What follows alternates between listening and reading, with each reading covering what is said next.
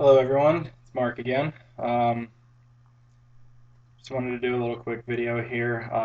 I just got finished watching the first episode of the newly revamped Cosmos series starring Neil deGrasse Tyson. For those of you who don't know what Cosmos is at all, Cosmos was originally a television series done, I want to say in like the late 70s to early 80s. I don't know the exact time period off the top of my head, but it was a series produced by the scientist Carl Sagan. Carl Sagan has long since passed away, unfortunately. But um, Neil deGrasse Tyson and a few others, including Seth MacFarlane, actually, who's the executive producer of the new Cosmos series, have decided to revamp Sagan's original series and bring it to a newer audience. And it was extraordinary. I mean, this episode literally just broke down the lifetime of the universe. The first episode did anyway. Um, Basically, um, one of the big things they did in the episode was they put the entire timeline of the universe on a calendar year and broke down the timeline of the universe in regards to how many how many days, months, years, whatever, well, not years, but days and months, and etc. that it took for things to happen. Excuse me, that it took for things to happen. Basically, the last 14 seconds of this year is all of recorded history, all 6,000 plus years of recorded history. And some of the famous births um, that they listed in this little time period. If you went on the grandest scale here, Jesus would have been born 5 seconds ago, Muhammad 3 seconds ago, and only the last second would have been when humanity started to use science, when Galileo first looked through his telescope and looked up at the night sky and realized, oh, Copernicus and Bruno were right. Um, the sun does not, in fact, revolve around the Earth. It is the other way around. The Earth is a planet, and there are stars, and all that fun stuff. Now, as much as I would like to keep praising this episode of Cosmos, because literally I could go on for days praising this episode, what I really wanted to talk about is my personal experience with my personal experiences with science. One of the biggest complaints I hear in the atheistic community, me being one of them, is that Christians or religious people in general are not open to science at all. They reject science and anything that could even remotely possibly disprove the existence of a deity is bad and wrong. I want to tell you guys I want to tell you guys that is not the case. At least not in my upbringing. Yes, I was raised in a very, very hardcore Roman Catholic household, but my parents did not reject science. My parents wanted me and my brother to learn, to experience, to grow in knowledge.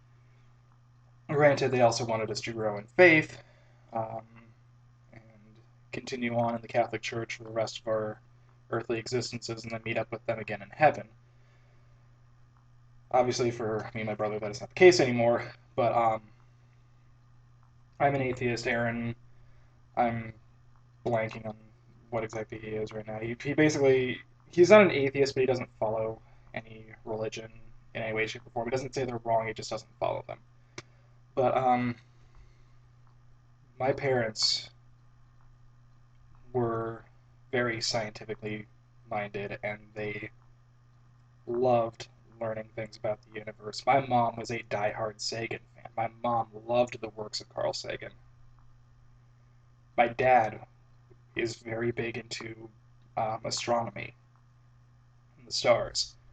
I have an uncle, my dad's biological brother, who is a biologist for a career. Like, that is what he does for a living. My family has been very scientifically based for as long as I can remember. My parents never discouraged me from looking into things scientifically. They never discouraged me increasing my knowledge and my capacity for learning. They encouraged it.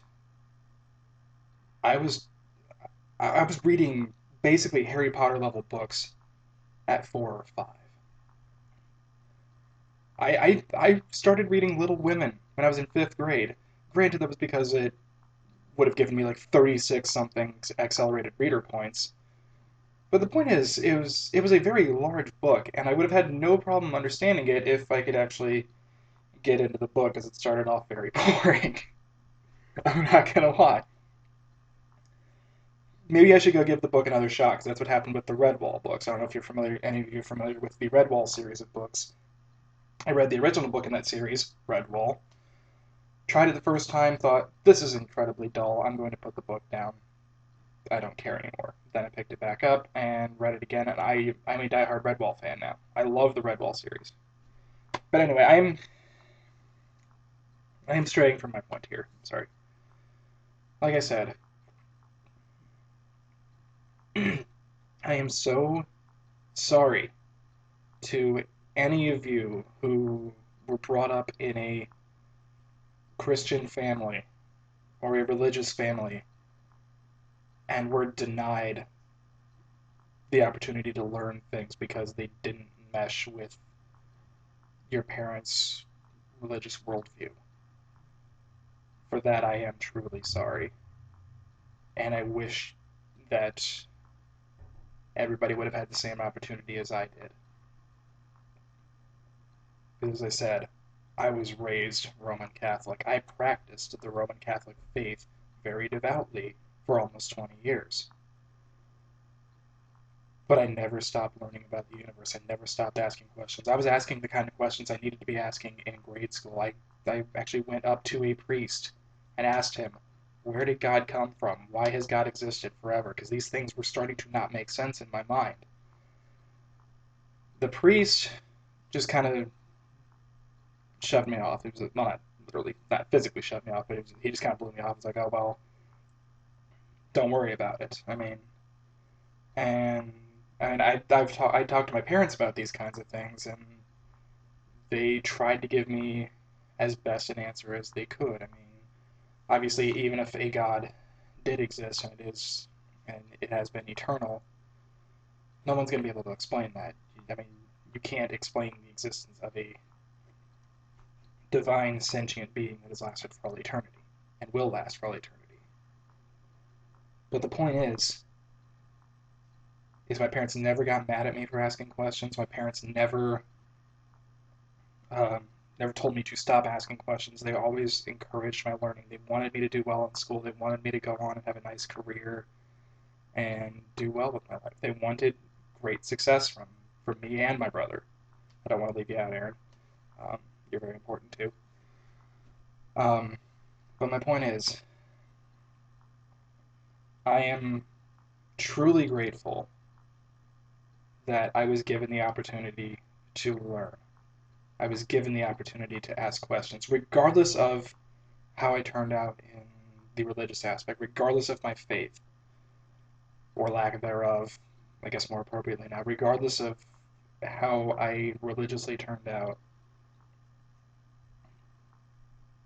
I would at least like to think that my parents can say that I am still trying to grow up to be the best person that I can be, and I'm still trying to learn and want to experience everything and learn as much as I can about the universe before I too release myself from these early earthly bonds. Well, not release myself. That sounds suicidal. That's not the case. But you know what I mean. When I am released from these earthly bonds, I want to be able to look back on my life and say I did the best I possibly could. And I would like to think that my parents were a big part in that, because never once was science not in our household. Never once. My parents, like I said, my parents both embraced science, and they both wanted to pass it on to us. They encouraged learning.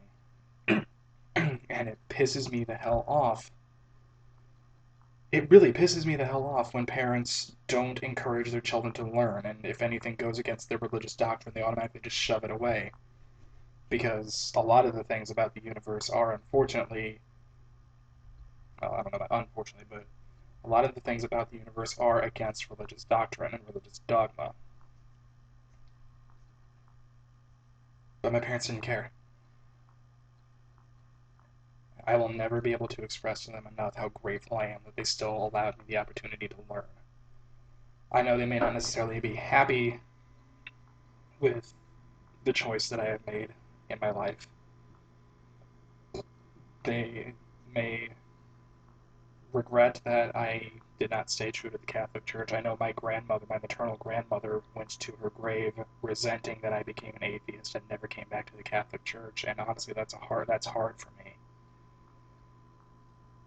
She may have accepted it, but she still, as far as I'm aware, she went to her grave resenting that I left the church because I was a very devout Catholic. I was a very good Christian person. And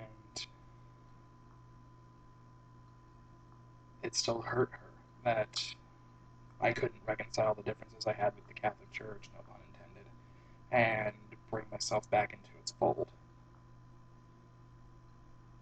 And that's hard. But regardless of how I come out religiously, I would at least like to think that my parents are proud of me, my grandmother is proud of me, my great grandmother hopefully is proud of me as well. All of my family members, all of my friends.